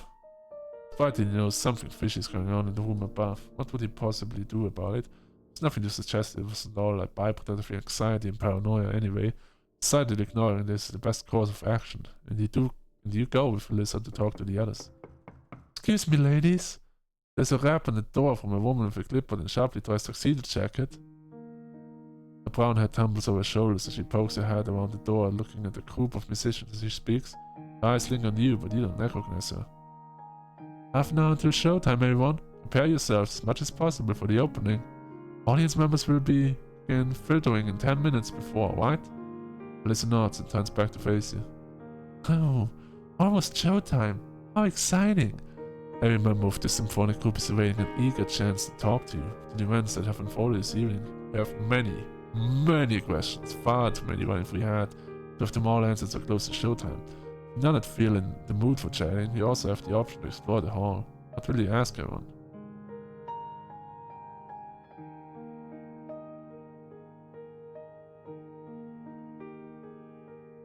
Did you know each other prior to this week? How long have you been playing your instrument? Sound. Talked about this when I arrived actually, Mona pointedly replied. I've been playing the clarinet for 8. Aaron and Serenade are both playing the piano and Hachi chord for 10 and 12 years respectively. Arietta butts in and Mona nods along. Serenade's also got a beautiful voice. Oh, come now, Serenade blushes as Arietta beams at her and flusters as she continues. Alyssa, you've been playing the flute for... Alyssa looks a little surprised and returns to suddenly and turns to you with a prideful smile, folding arms and winking. Libretto can answer that one for me, she boasts. She knows. What's the right answer? Bruh. Bruh. Bruh. Oh. Oh. Shit. What was it again? What was it again?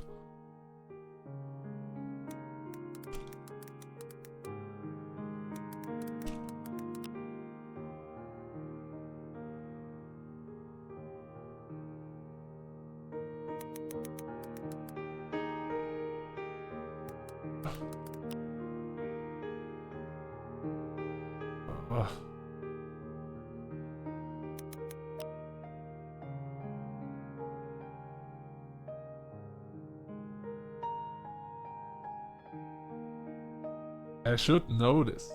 I literally wait for how long? Hey, that's a nice emote. What is this? Vexco 3HDF. Are you throwing a rock at me? Throwing a rock at me?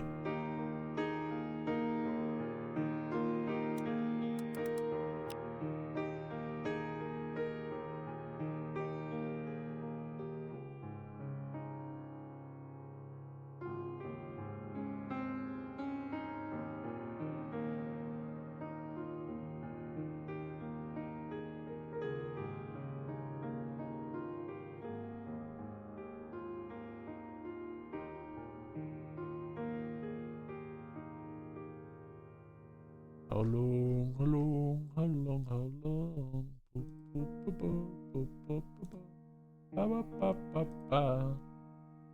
Motivational walk. Yes. Oh, yes. It is absolutely motivational, I agree.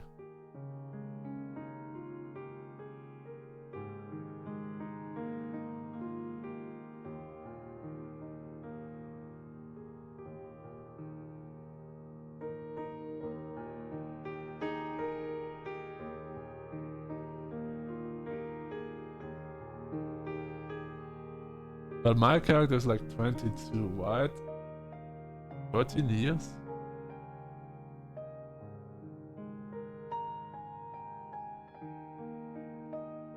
Yeah, okay, that's... Alright, fine, I tried to cheat, I didn't find any cheats. God damn it, 14 years?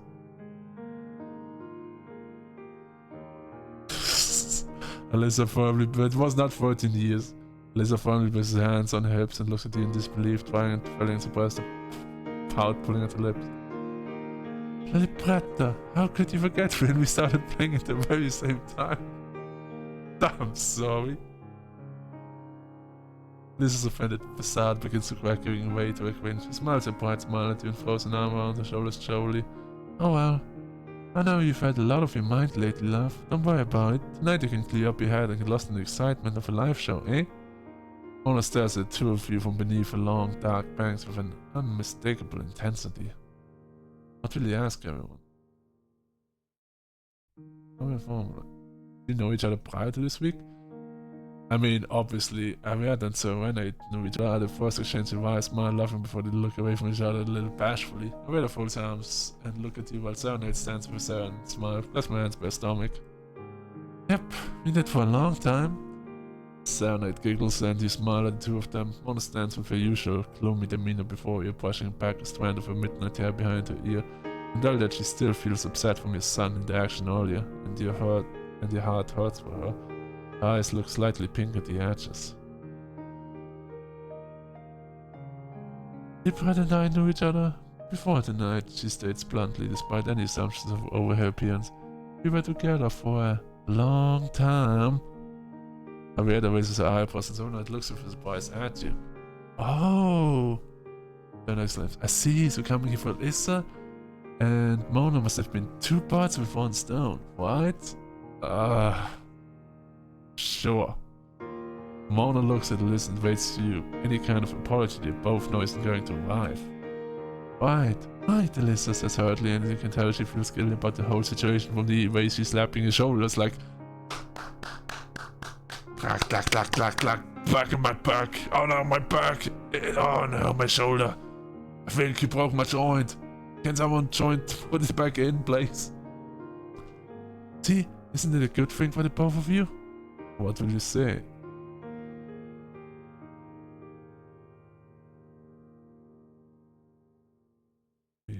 Uh, um, uh, uh, huh.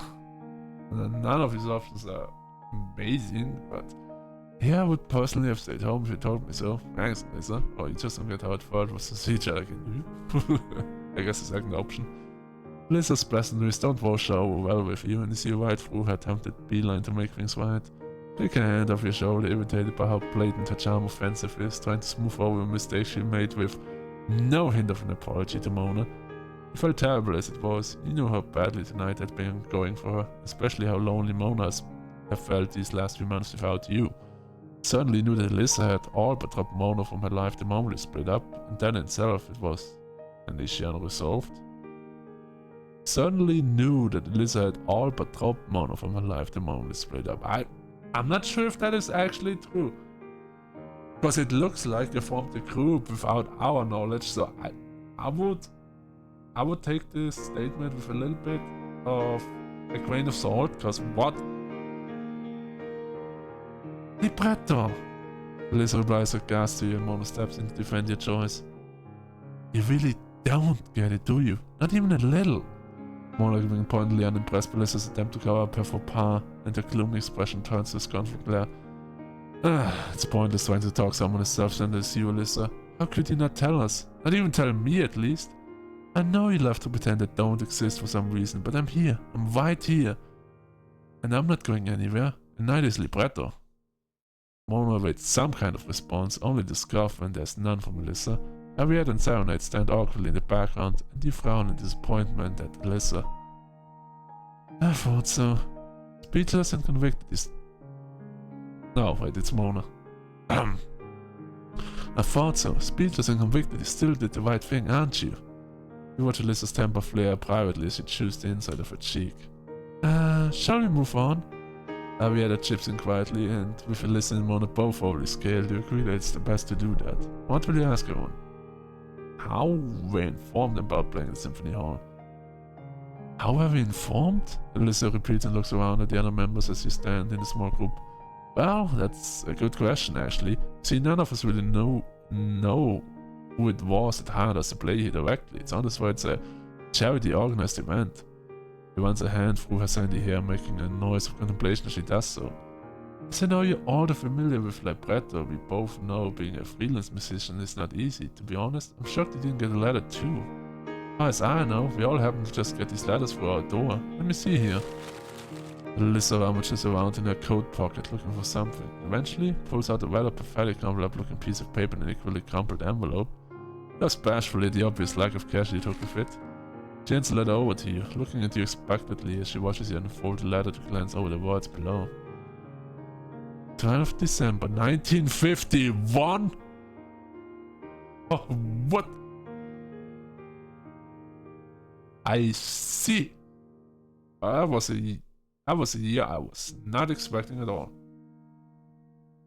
1951? 75 years ago? Well, 74 years and some weeks, but we have 2026 now. Whoa. That's a bit of a surprise. Dear Miss Durante, we're delighted to invite you to perform at the Songbird Symphony Hall's opening night in 2 weeks as part of a symphonic group. We've received many private references from individuals that have known you for many years and have been able to verify the skills in which you possess for playing the flute. If you're interested in this position, please take note of the following telephone number and contact us as soon as you're able. This is not junk mail. You've been chosen to perform an original arrangement of Camille Saint-Jean's piece, Dance Macabre, as well as other pieces which will be forwarded to you at a later date. Again, if you're interested in this position, do not delay and contact us today. If we have not heard from you in 3 days' time upon the sending of this letter, we shall instead begin searching for another performer in the opening symphony. Best regards, the Classics and Symphonic Alliance. Finish reading the letter and your fingertips scan the words that are written. They're written by hand, scrawled hastily in crude, harsh-looking ink against the paper. Lisa looks very excited upon you looking up from reading the letter. She clasps your hands together, better between her own. Isn't it wonderful? Could have Weapon received the letter. Remember the second thing I did after calling them was call you. Oh, Libretto, I'm so happy I can experience this with you. So 1951. Let me say 1948 to 1945 was World War II. So we're somewhere after World War II. Going by the names, we sound super Italian. Like holy shit.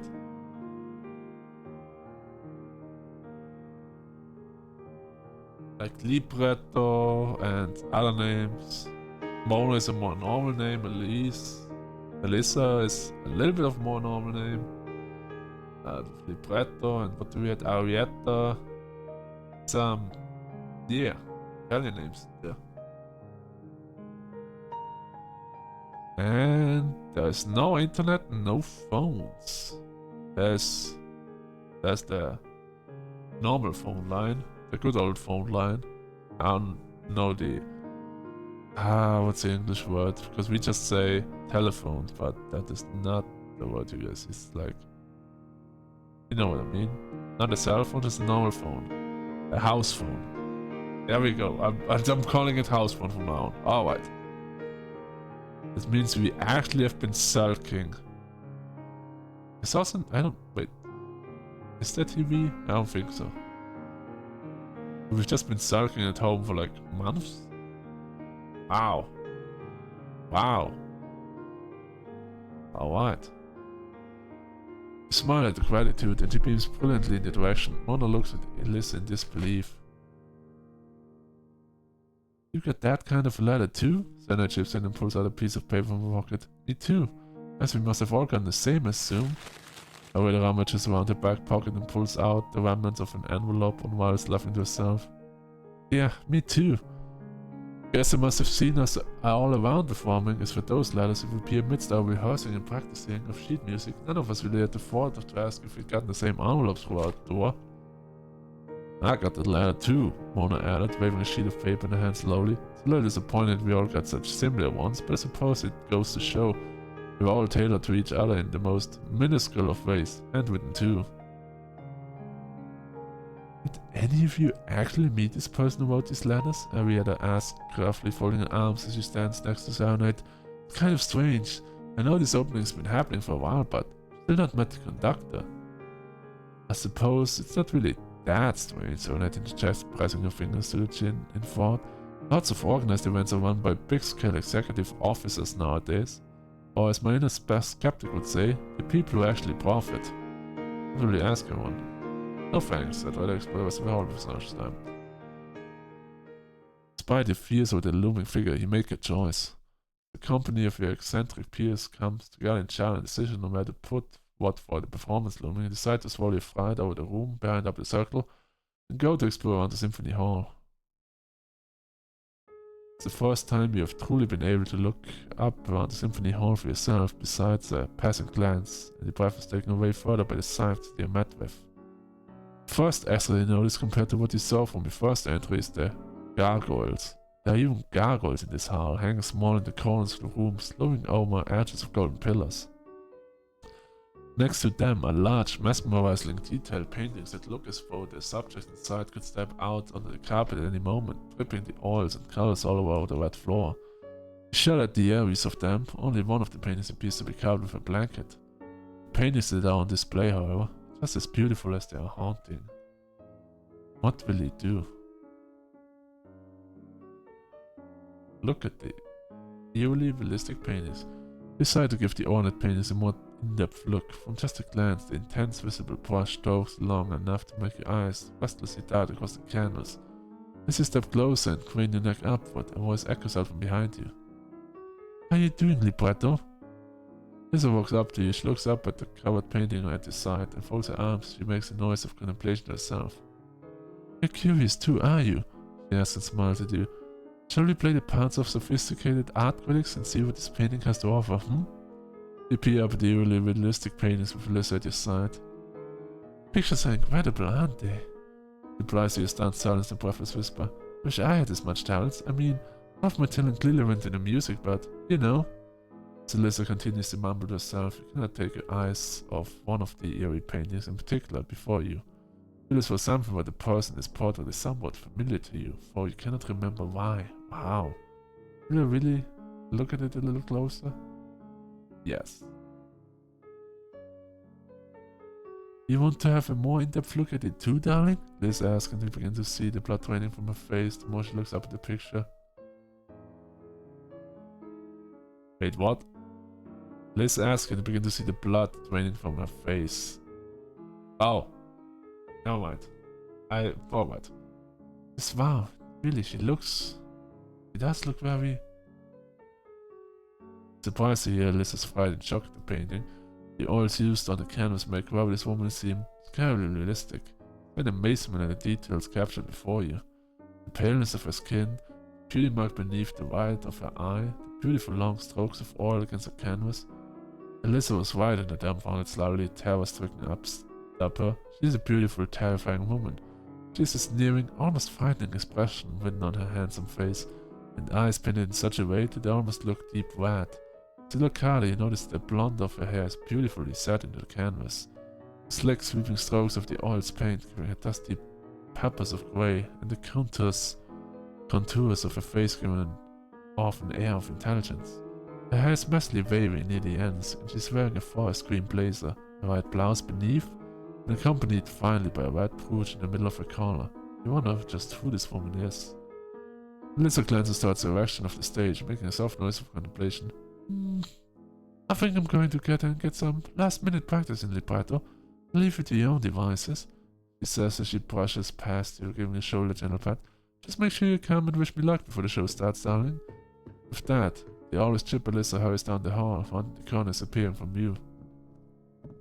As your footsteps softly echo with your movements, you slowly walk around the chairs of the hall, gently running your fingertips over the material of the cushions, closing your eyes to inhale deeply the atmosphere around you. For the first time tonight, you feel almost as though you begin to feel some semblance of relaxation. You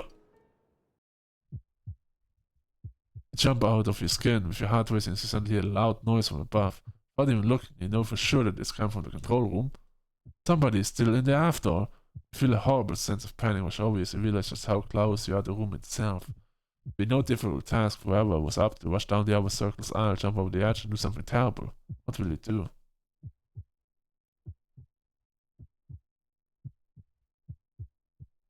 Time to go up to the control room. Time to see what's really going on there. Steel your nerves and walk at a brisk pace towards the large iron-looking double doors that lead out towards the back end of the Symphony's hall room. You're brave enough to do this. You know full well that you are. You almost feel silly for allowing something faceless to have been making a panic all this time. Your hands tremble as you reach out towards the handles, thinking twice before you make a move, and as you grip the handles to pull. You find that the doors provide you with the underwhelming revelation that they are locked. When you attempt to open the locked doors, the noise behind the door grows louder and louder. A large, unrelenting rumble that frightens you the longer you hold on. You feel the door's handle turn in your palm. It takes every part of your willpower to restrain a scream coming from your lips. But with a fierce turn of the door's handles one more, in the attempt to dissuade whoever is behind the door, the rumbling stops. You remain frozen to the spot. Your hands seemingly glued to the door's handles. There's no more movement. You're out of luck. With a shaky, anxious sigh of disappointment, you raise your depths and then turn backstage with everyone once again. Where you realize time passes in the blink of an eye. There's a bang on the door to symbolize to get ready, and for you to start leaving too. Turn your attention to Alyssa whirs over to you, clasping your hands, and you can feel her trembling with a mixture of delight and excitement. Well, this is little libretto. This performance could change both of our lives if there's a crowd in the audience. Wish me luck. Her expression is one that you have never quite seen on her before, and she is looking to you for words of encouragement for the biggest performance of her life. What will you say? Good luck, Alyssa. You'll do fantastic, and I'll be watching every step of the way. Alyssa hugs you tightly, touched by your words. She looks more determined than you've ever seen her, clenching her own hands at the fists at her sides and nodding. Yes, thank you, my dear. We'll do this together, and I will play the very best I can. Every note that comes from my lips tonight will be for you, you know. What will you say?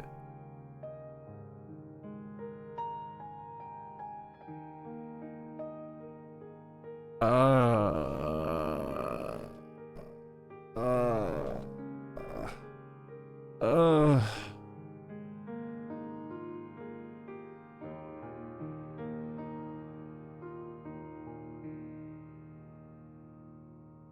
Thank you, darling. Have a good time. Lisa smiles at you, nodding with a determined grin and claps her hands together. I will do just that, darling. I hope you do enjoy your seeing arrangements and that no idiot with a top hat sits before you. Melissa, as he pounds, you hear familiar footsteps coming from another direction. Feel a hand gently place itself on your shoulder. Libretto. The source of the footsteps speaks, and you feel butterflies in your stomach whip up like a whirlwind of petals as you turn around.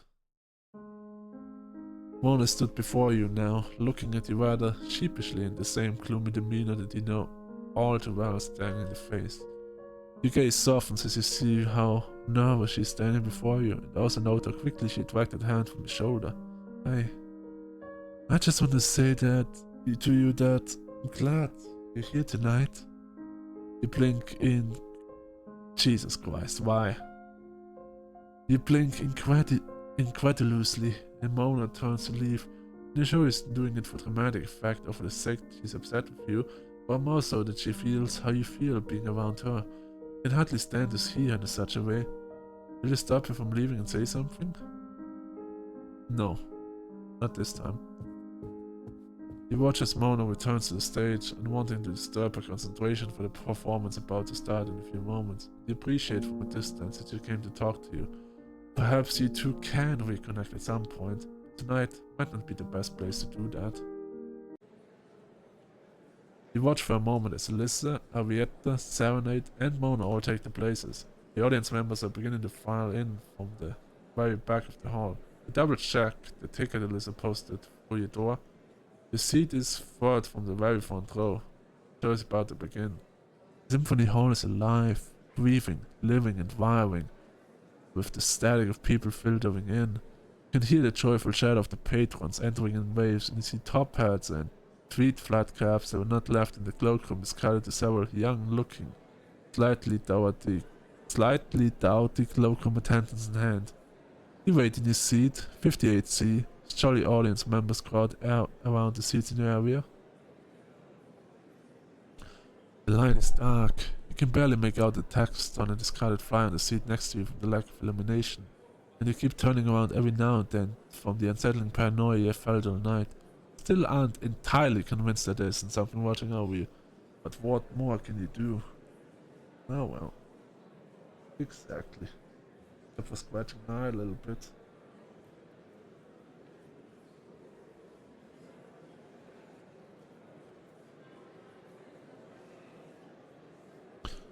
Your friends would know this with or without illumination, whether you were here or not, surely. The position nearest to the front row is as safe as you could be, and if anything were to happen inside the Symphony Hall itself, you would not be the only one to be affected.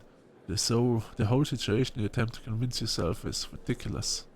You shift uncomfortably in your seat, finding it more and more uneasy to keep looking around yourself whilst you wait for the symphony, and more to the fact that the people behind you begin to grow concerned with whatever you are interested in, and look around a couple of times themselves. The chatter begins to grow quieter and quieter, and the doors finally close. You feel the buzz in the air that the concert is about to start. And now, a booming voice says from the sounding room, playing for the first time in the Songbird Symphony Hall. It is one of our latest quartets. Unfortunately, our planned conductor could not be here tonight, and instead will be substituted by Iris Angiomata. You begin to hear a low resonating buzz of people around you. Conductor substitute? How strange. That is relatively unheard of. Oh, there she is. Is she wearing a mask? I don't know what's going on here. This gets weirder and weirder, doesn't it? I never did like these small towns. I would say I would see it more in a big town than a small town. Can I just say that? Out of experiences.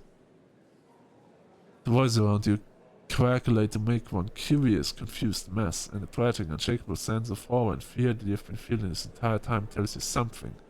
At least you have not even begun to scratch the surface of what truly lies beneath.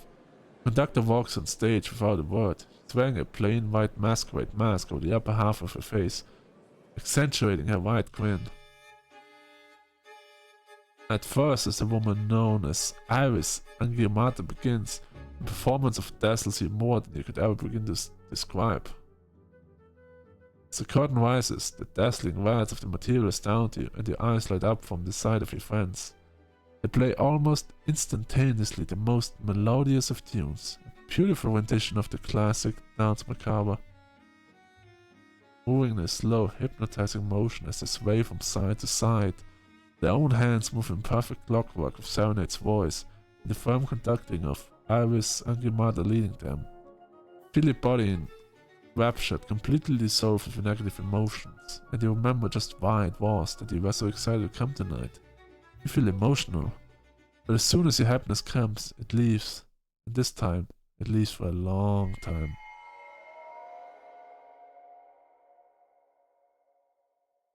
You feel a hand around your mouth from behind. You don't know who it is, but the overpowering smell of perfume is not giving you any clues. Are you ready for what's to come? The voice mumbles against your ear, using with a curved smile, and you're frozen with fear. You don't have time to scream. The conductor has stopped. You realize. I was right all the time. I was being watched. The hand over your mouth is clamped, and inside the palm of this hand is a vague, sweet, almost odorless smell reaches your nostrils, and you begin to realize that chemicals are being forced into your system. Prepare yourself, libretto. The voice mumbles again, a sardonic chuckle in the words. You begin to realize that this is the voice of a woman. Prepare yourself for everything you're about to endure. She presses harder back against your face, and you feel your throat closing up with a choked gag, clawing at the wrist as fast as you can, but to no avail. You notice in your panic, terrified haze, the people next to you are bleeding from the throat. Large, swift gasses in the flash, and you feel as though you will die of fright alone. Your vision blurs, and your body solidifies, stiffening as you overcome with an indescribable sensation of heaviness and lethargy. Your limbs go slack with delirium, and that is when you realize something awful. You're passing out and may never wake up. You could swear that as the room goes even darker than before, that an uncanny, piercing-like sound reaches your ears before you fade. Your friends stop and lead up in an alarm of whatever they just saw before them. You have now passed out. When you awaken, the adventure will begin. Will you survive the madness of the Songbird Symphony Hall? The Ghost of You.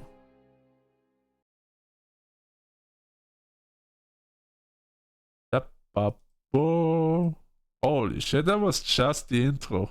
Everything was just the intro for that.